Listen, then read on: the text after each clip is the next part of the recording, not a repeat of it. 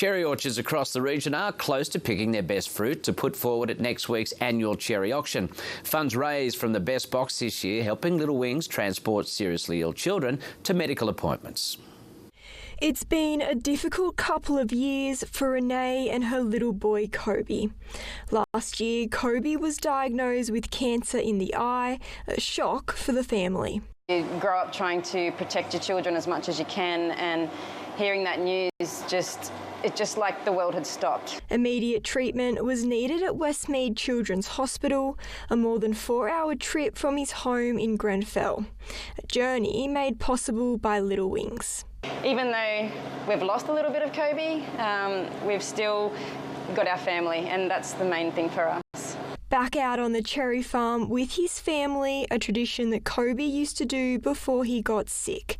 And of course, there's plenty of tasting along the way. Going to pick cherries means so much to our family. It's a time that we all come together. Often some family from Sydney come down, and it's something that we like to do together. Next week, the Sydney Market's cherry tasting competition will decide the winning cherry farm that will auction off a box of their winning cherries at the Cherry Ball. If one cherry can help a kid, then we're super happy about that. Like, it's all about the laughs and the experience at the end of the day. We know that it's going to support families. It's going to ease the burden for the next year, impacting families week upon week upon week. With money raised from the auction being donated to Little Wings, assisting them to continue their free air and ground transportation services for seriously ill children living in regional New South Wales. These delicious cherries will not only nourish our communities, but they're going to change the lives of so many families from the bush who are caring for a seriously ill child. We're hoping it'll raise an enormous amount of money for Little Wings.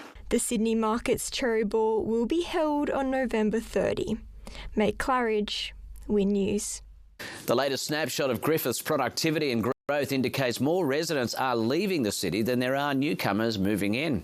The latest State of Our City report detailing that as roughly 2,200 new residents moved in between June 2021 and June 2023, more than 3,000 made their departure. This coincides with rents climbing by 21% between 2016 and 2021, and average house prices increasing 60% in the last 5 years. Surprisingly, though, domestic tourism has taken a tumble, falling by 8%. As thousands of schoolies prepare to celebrate the end of secondary studies, they're being reminded to prioritise safety and responsible drinking. Those heading overseas are urged to take extra care and caution in the wake of the Laos methanol poison.